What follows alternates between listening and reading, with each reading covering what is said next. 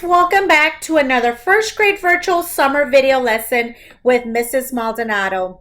And the lesson for today is going to be in reading. Okay, boys and girls, we are reading Reptiles and Amphibians, and this book is by Cynthia O'Brien. We have our table of contents here for Chapter 1, What is a Reptile? Starting on page 2. Chapter 2, What is an Amphibian? Starting on page 10. Chapter 3, Staying Alive, starting on page 18. Chapter 4, A Place to Live, starting on page 26. And then we have our Smart Words Glossary starting on page 31. So for today, boys and girls, we will be reading Chapter 4, A Place to Live. Reptiles and amphibians like both land and water. They don't like very cold places. You won't find them at the North Pole. Most reptiles like to live in warm, dry places, like deserts. Some of the world's largest deserts are in Africa, Asia, and the Middle East. So this is a photograph of a Texas horned lizard. So if we can look closely, boys and girls, we can see that this lizard has several horns all over its body. So that's probably how he got his name, the Texas horned lizard. When it is too hot, these sun-loving creatures shelter under rocks. They might use their sharp claws to dig a burrow to stay cool. So you see that this word is shaded, boys and girls. It is bolded as well. So a bold word, boys and girls, stands out. And it's doing that because it is one of our smart words. So this word burrow is a shelter an animal makes in the ground. So if we can see some photos here of how these lizards are in the burrow or in a burrow.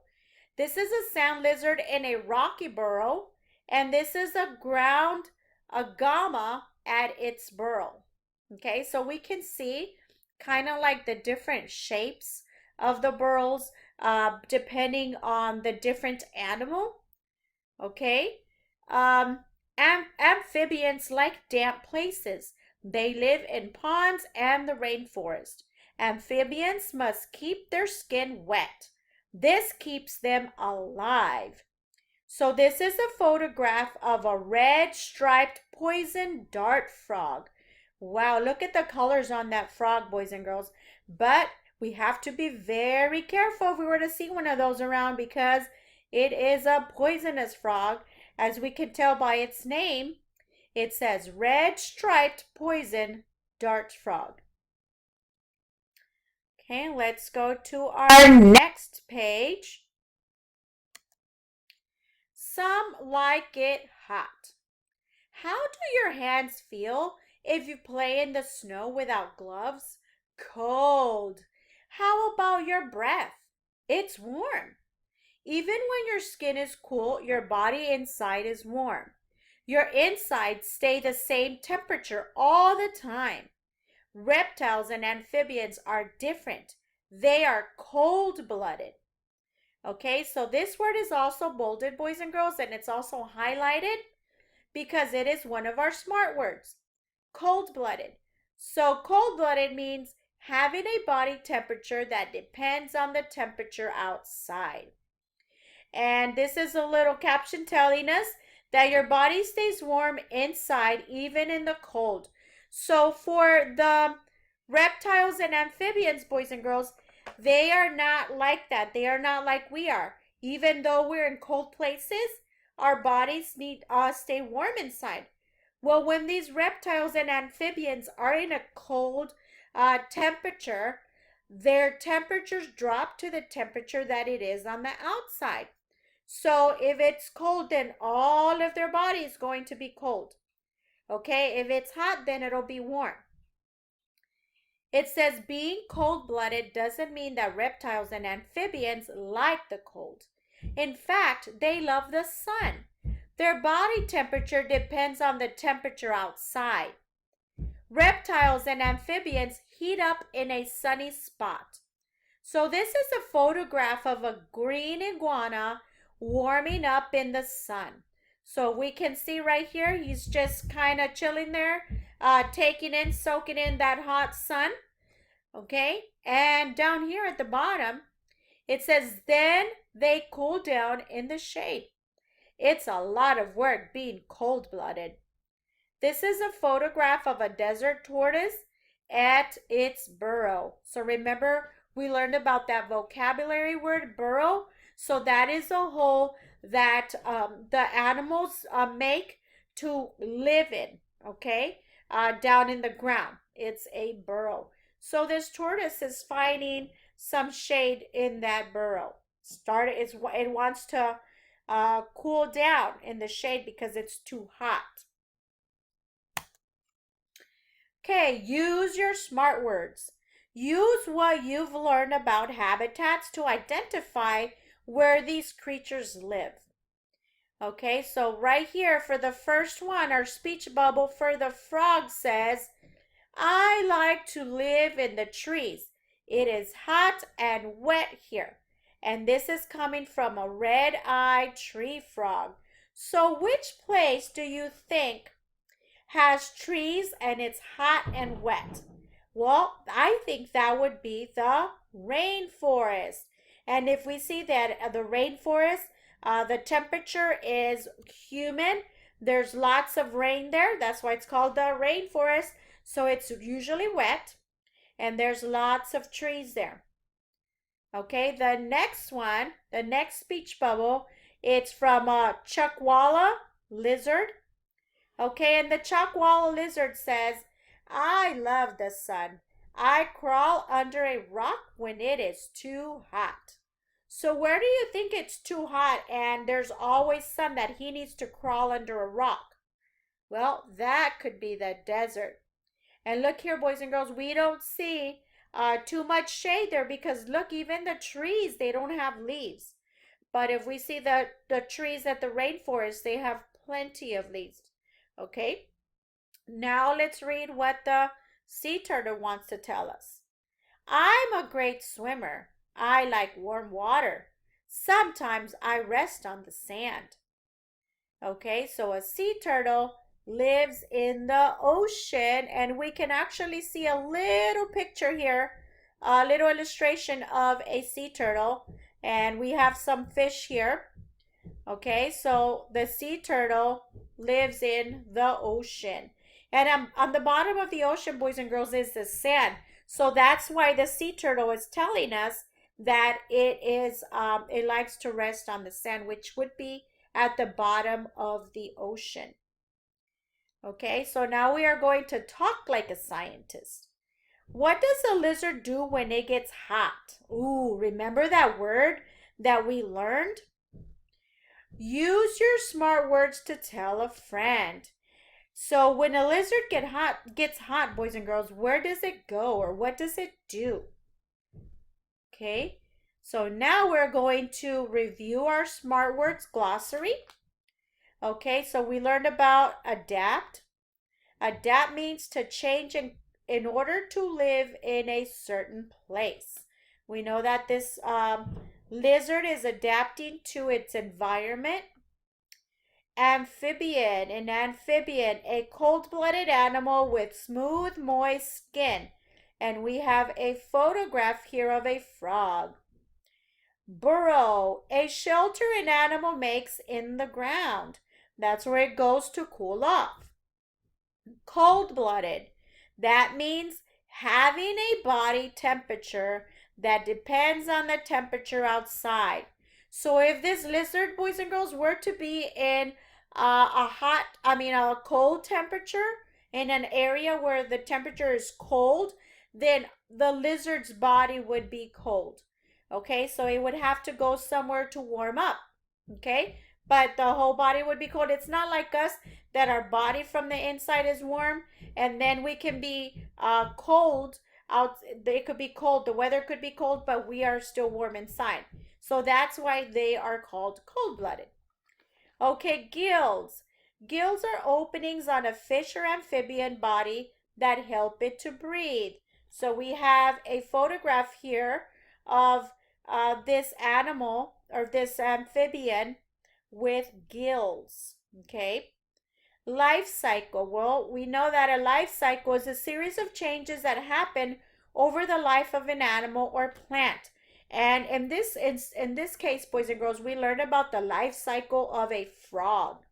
Okay, what happens? That the adult frogs lay eggs, and then it keeps going. It keeps on going around and around over and over again. It keeps repeating. Okay, the next word is lungs. Lungs are part of the body that help an animal to breathe. Okay, so we learned something pretty interesting about amphibians, that when the amphibians are in the water, they have gills. But when they are all part of their life cycle towards the end is they go on land and they have gills, so they are able to breathe air. Okay, so the next whoops, we gotta go back. We have something really fun to do, boys and girls, but we want to review these last vocabulary words. Predator. A predator is an animal that hunts other animals to eat.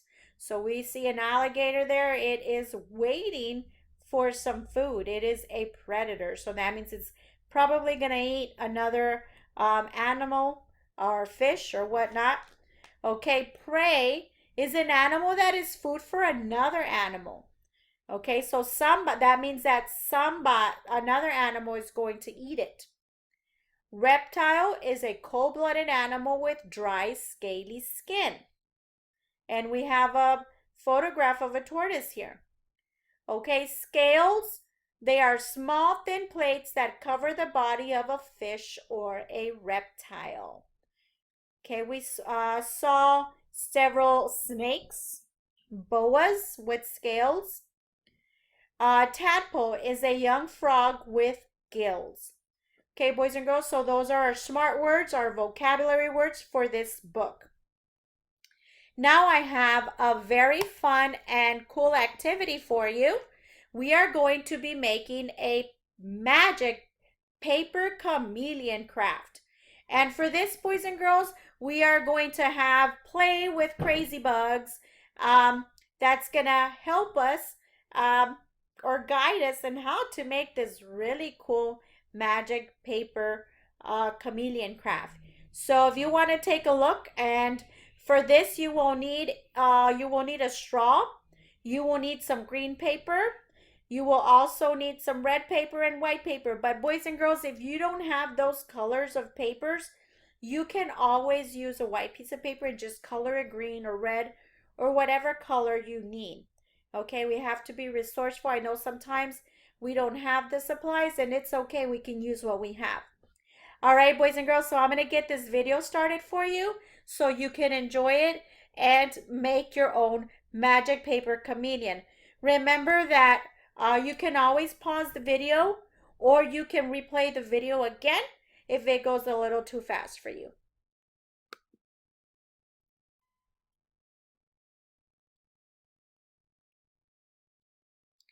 Okay, it's taking a minute to load.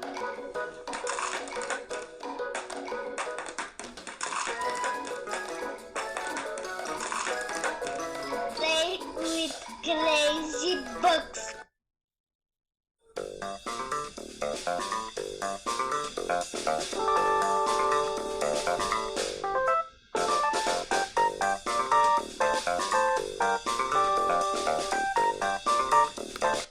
For the scissors, boys and girls, make sure that you ask an adult to help you, okay, for the scissors.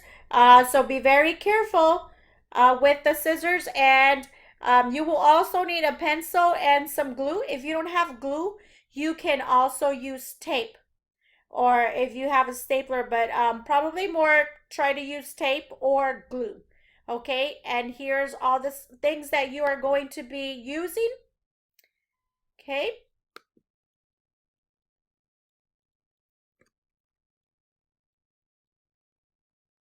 So it's going to load for us again.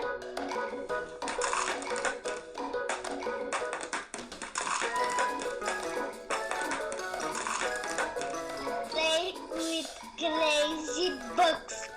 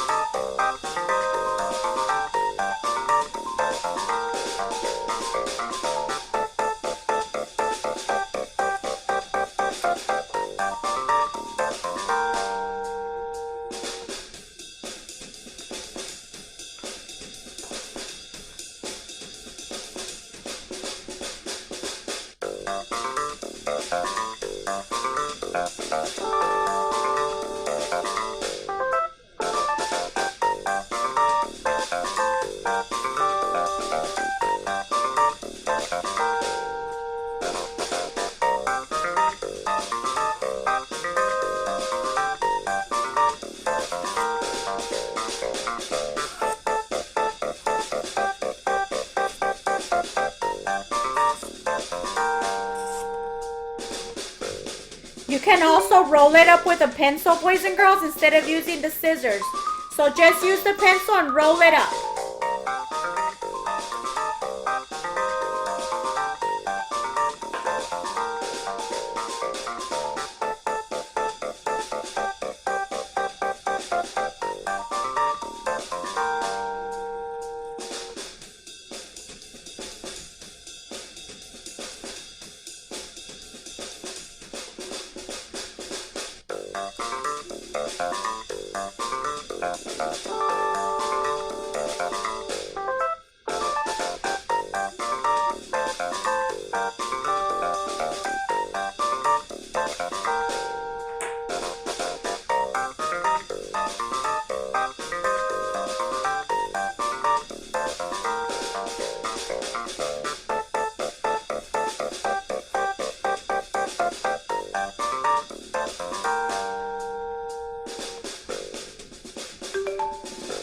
Gonna make like a swirl.